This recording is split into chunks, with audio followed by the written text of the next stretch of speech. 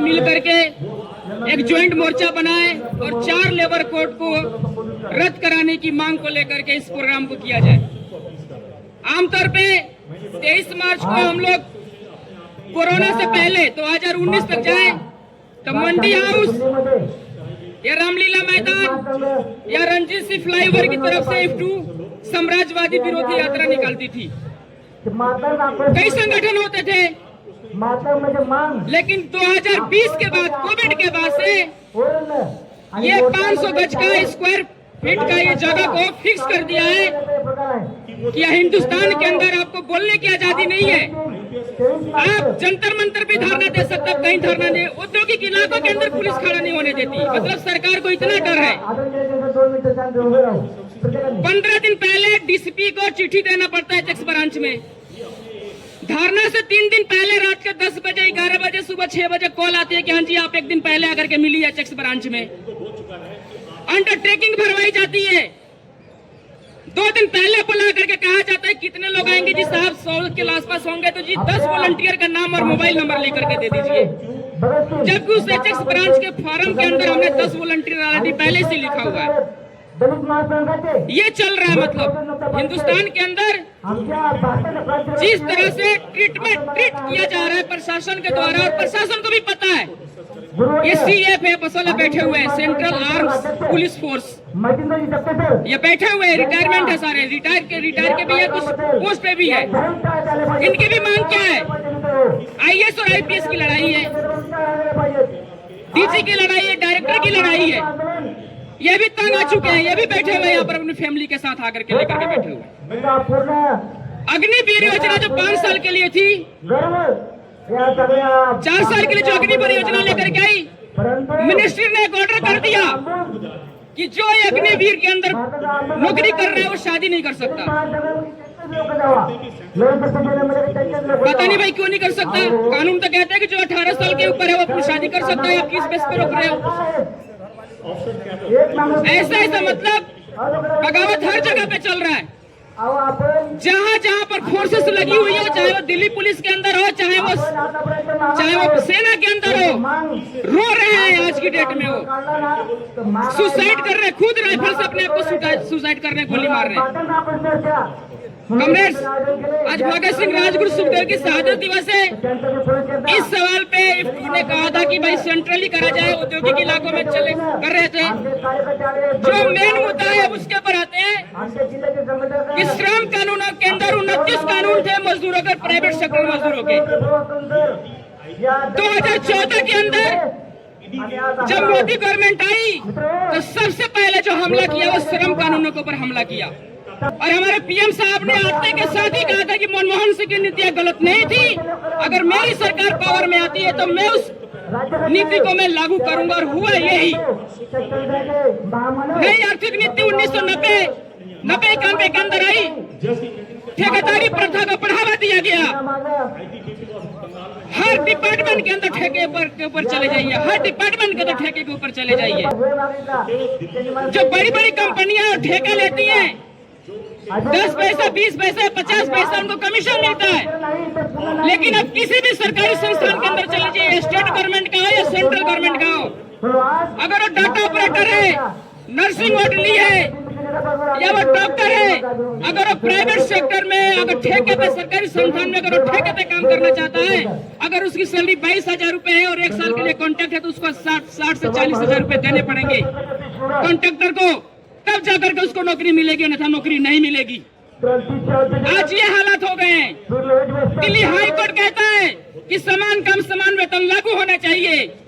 हिंदुस्तान के अंदर सिर्फ एक चंडीगढ़ के अंदर समान काम का समान वेतन कानून लागू है। बाकी हिंदुस्तान के अंदर देख लीजिए, दिल्ली के अंदर ही देख लीजिए, दिल्ली हाई कोर्ट दिल्ली के अंदर ही है। आपके अंदर जो स्टोनो बैठा है, टाइपिस्ट बैठा है, वो भी 18 से 20,000 रुपए लेकर के जाता है। मतलब कि जब गुस्सा होता है तो हाई कोर्ट हो या सुप्रीम कोर्ट हो, ऐसा हरकत है। और गोदी मीडिया की तरह ऐसे उसको पब्लिश करके दिखा दिया जाता है कि आज हाई कोर्ट ने, सुप्रीम कोर्ट ने सरकार के खिलाफ, चाहे वो स्टेट गवर्नमेंट रही हो चाहे वो सेंट्रल गवर्नमेंट रही हो, आज उसको बढ़िया से लताड़ा है। लेकिन उस लताड़ने के बावजूद होता क्या है? अभी कोई कानून इंप्लीमेंट नहीं हुआ है, रूल्स बने हुए हैं। सरकार ने कहा है कि हम इसको 1 अप्रैल से हम इसको लागू करेंगे, लेकिन दिल्ली सरकार के अंदर जब आम आदमी की पार्टी की सरकार थी, उससे पहले हम लोगों ने इसकी जो कार्य करने की जो प्रक्रिया थी उसको हम लोगों ने वहां पर देखना शुरू कर दिया था। आपकी कोई भी कंप्लेन मैन्युअली नहीं ली जाएगी, कोई भी कंप्लेन आपकी मैन्युअली नहीं ली जाएगी। पहले कार्बन लगाते थे ना, कानूनी प्रक्रिया के अंदर देखा था कार्बन कॉपी लिखने का अधिकार है, फोटो कॉपी लिखने का अधिकार नहीं है। अगर मालिक को डिमांड नोटिस भेजते हैं तो अपने पेड़ पे नीचे कार्बन कॉपी लगा करके भेजेंगे, फोटो कॉपी का सिस्टम नहीं है। अगर ऊपर चला गया तो उसको जज डिसमिस भी कर सकता है, एलसी भी कर सकता है। लेकिन क्या हो रहा है, अब हर चीज को टाइप करा करके दीजिए, लेबर इंस्पेक्टर पे दीजिए चाहे कमिश्नर के सामने दीजिए, अब हर चीज को टाइप करा करके दीजिए। जहाँ 14 से 15 इंस्पेक्टर होता था, आज 2 इंस्पेक्टर पड़े हुए हैं। सोमवार से लेकर शुक्रवार तक वर्किंग होती है। औद्योगिक इलाकों के अंदर अभी गर्मी बढ़ी नहीं, लेकिन तमाम औद्योगिक इलाकों के अंदर अभी बड़े बड़े घटनाएं घट गई, जहाँ पर मजदूर चल रहे हैं, मर रहे हैं, कट रहे हैं, और एक कारखाना अधिकारी चीफ फैक्ट्री इंस्पेक्टर एक सामनाथ मार्ग पे बैठा हुआ है और 3 उसको स्टाफ दे दिए गए कि उसके वर्किंग उसके स्टाफ ऑफिस का काम करेगा, और 2 जो है उसके कंप्लेन को देखेंगे। सप्ताह में 5 दिन उनको काम मिलता है, 3 दिन उनको कोर्ट के अंदर रहना होता है, 2 दिन उसको ऑफिस के अंदर बैठना होता है। ये हालात पैदा कर दी गई है। और सबसे उसके अंदर क्या कह दिया गया है, हाँ जी वर्कमैन कंपनसेशन के अंदर आप मुआवजा ठोक दीजिए। अरे वर्कमैन कंपनसेशन में होता क्या है, अगर एज ज्यादा होती है तो पैसा घटता है, एज कम होती है तो पैसा बढ़ता है, यही होता है वर्कमैन कंपनसेशन के अंदर। और मान लीजिए कि कोई 55 साल का आदमी आग लगी, एक्सीडेंट हुआ या कट गया, मर गया, कितना उसको कंपनसेशन मिल जाएगा भाई? 2.5 से 3 लाख रुपए, 4 लाख रुपए। और एक 22 से 25 साल का लड़का मर जाता है तो 15 से 20 लाख रुपए मिल जाएगा।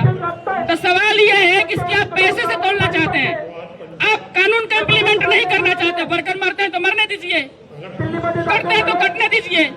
अभी पूरा बवाल मचा हुआ है। शादीपुर के अंदर 2010 के 11 के अंदर जो आग लगी थी, एक्सपोर्ट गारमेंट्स की कंपनी थी, और साथियों को पता होगा 6 महीने का प्रेग्नेंट महिला थी, जो महिला उसके अंदर जल करके मरी थी। क्या हुआ, वहां से 3 किलोमीटर की दूरी पर बीएल के हॉस्पिटल है गंगाराम, जाकर पेशेंट बन करके 4 दिन पहले से उसको दिखा रहे हैं वहां पर कि ये मालिक तो 4 दिन से हार्ट का मरीज है, 4 दिन से आईसीयू के अंदर पड़ा हुआ है। और जिस दिन वो आग लगी थी कंपनी के अंदर, उस दिन मालिक प्रेजेंट था वहां पर, वो कंपनी से निकला है और आग लगी है। 10 बाई 10 का कमरा होता है, 10 बाई 15 के रूम्स होते हैं, 3 जगह वहां पर खराद की मशीनें लगी रहती है। एक वर्कर को करंट लगता है, 5 फुट दूर जाकर के फेंकाता है, हेड में इंजरी होती है और कोमा में हो जाता है या मर जाता है। कोमा में गया आदमी बहुत कम बचता है। ये चल रहा है इंडस्ट्रीज के अंदर। और मांग क्या कर रही है कि 12 घंटे की नौकरी करवाएंगे। हिंदुस्तान के अंदर जो भी प्राइवेट सेक्टर के अंदर जो बड़ी बड़ी लार्सन एंड टर्बो है, बड़ी बड़ी जो ठेकेदारी कंपनियां हैं, ये जो वर्कर का जो गुस्सा उठा रहा, पानीपत के अंदर, बरौनी के अंदर, अल्ट्राटेक सीमेंट के अंदर, जो जहां जहां ये बगावत फैल रही है, ये बगावत इन्होंने खुद बोया है। वर्कर ने खुद नहीं पैदा किया है। ये ऐसा कानून लेकर के आ गए कि आज हिंदुस्तान के हर कोने के अंदर, हर तबके के पर आज हमला है, आज दमन किया जा रहा है। अगर अपने सरकार के खिलाफ अगर कुछ बोला तो मुकदमा लगा कर आपको अंदर बना देंगे, अंदर बंद कर देंगे। नक्सलाइट ये कह देंगे कि नक्सलाइट इसको अंदर करो। अपने अधिकार के ऊपर अगर आप बाहर निकलते हैं, पुलिस वाले अगर वहां खड़े हो जाते हैं, आप परमिशन दिखाए। यार क्यों भाई परमिशन दिखाए भाई? हमारा फंडामेंटल राइट्स है, हमारा मौलिक अधिकार है। हम भाषण दे, हम क्यों नहीं धरना प्रदर्शन कर सकते? नहीं, धरना प्रदर्शन करना है तब जंतर मंतर पे जाइए, औद्योगिक इलाकों में करने की परमिशन नहीं है आपको। रेडगढ़ कर लीजिए तो हो जाएगा, रेडगढ़ नहीं करेंगे तो आपको 10 आदमी को भी खड़ा नहीं होने देंगे। ये सवाल कमरेड। और आज जो हिंदुस्तान के अंदर जो एक माहौल बनाया गया है, एक नफरत भरी माहौल का, आज क्या अमेरिका क्या कह रहा है कि मैं तय करूंगा कि तेल कौन खरीदेगा नहीं खरीदेगा। अरे हम क्यों माने भाई आपकी बात? कि हम तय करेंगे ना कि मैं कहां से खरीदूंगा, किस दुकान से खरीदूंगा, ये तो हम तय करेंगे। लेकिन सबकी जन्म कुंडली, सबकी कुंडली उसके पास आ गई है, जो फाइल के अंदर जो नाम आया हुआ है। आज जो 500-400 रुपए की जो दिहाड़ी कमा रहा है, 2 दिन से औद्योगिक इलाकों के अंदर मजदूर लकड़ी पे, कोयले पे खाना बनाने को आज के मजबूर हो गए हैं। यह स्थिति है। नई दिल्ली रेलवे स्टेशन पे चले जाए, निजामुद्दीन रेलवे स्टेशन पे चले जाए, मध्य प्रदेश झांसी के वर्कर निकलता है निजामुद्दीन से। यूपी बिहार के लिए चले जाए, नई दिल्ली, पुरानी दिल्ली और आनंद विहार पे आप चले जाए। ये 4-5 स्टेशन है अपने पास। लाइन लगी हुई है वर्करों की प्लान करने के लिए। अपना सिलेंडर भी लेकर के जा रहा है, 3-4 किलो का, 5 किलो का सिलेंडर। 500 रुपए का दिहाड़ी लगाता है, सप्ताह में 3 से 4 दिन काम करता है और 400 रुपए किलो उसको खुले में गैस मिल रही है। और सरकार क्या कह रही है कि हमने काला बाजारी पर रोक लगा दी। जब काला बाजारी पर अपने रोक लगा दी तो 400 रुपए किलो सिलेंडर कहां से खरीद के लेकर के आ रहा है? मानते हैं गैस की कीमत है, लेकिन जो बड़े बड़े रेस्टोरेंट है, बड़े बड़े होटल है, उस होटल में भी कोई काम बंद नहीं हुआ है। जहां पर छोटे छोटे रेस्टोरेंट थे, स्विगी का काम करते थे, फूड सप्लाई चौमिंग वाले थे या बिरयानी वाले थे, जहां पर 2 या 3 वर्कर काम करते थे, आज सारे के सारे बेरोजगार हो गए, रोड पे आकर के बैठे हुए। ये सारे सवाल है कमरेड कि आने वाले दिनों में हम मोदी गवर्नमेंट से मांग करते हैं कि 4 लेबर कोड को रद्द किया जाए। अगर इसको रद्द नहीं किया जाता तो औद्योगिक इलाकों के अंदर तमाम संगठन, तमाम मजदूर मिल करके इसके खिलाफ आंदोलन किया जाएगा। और एक जो अमेरिका और इसराइल ने जो ईरान पे जो हमला किया है, इस हमले का हम विरोध करते हैं और ये युद्ध को रोकने के लिए हमें संघर्ष करना चाहिए। कारण है कि अगर युद्ध नहीं रोका, अभी ज्यादा दिन नहीं हुआ है, अगर ये रशिया और यूक्रेन की तरह अगर ये युद्ध लंबा चल गया तो जो कोरोना से भी भयानक स्थिति पैदा हो जाएगी हिंदुस्तान के अंदर। बाहर तो होगी ही होगी कि कोरोना में तो एक ऑप्शन था कि अपना चल दिए थे, लेकिन इसमें ऐसा ऑप्शन नहीं होगा। लोग मरेंगे, भूख से मरेंगे। और जो यहाँ से प्लान करके जा रहे हैं, फैक्ट्रियां भी कई छोटी छोटी जो फैक्ट्रियां बंद हो रही हैं। हमारे सामने एक यूनिट है, वर्कर ने कहा कि जी हमारे पास गैस नहीं है, हम यहाँ से जा रहे हैं। मालिक उसका 5000 रुपए में 4 सिलेंडर ला करके आए, अपने वर्करों को गैस दिया। मतलब ये स्थिति हो गई है हिंदुस्तान के अंदर। और आज जो जिस तरह का जो माहौल है, हमें संघर्ष करने की जरूरत है। 2-3 नारे लगाएंगे, एंड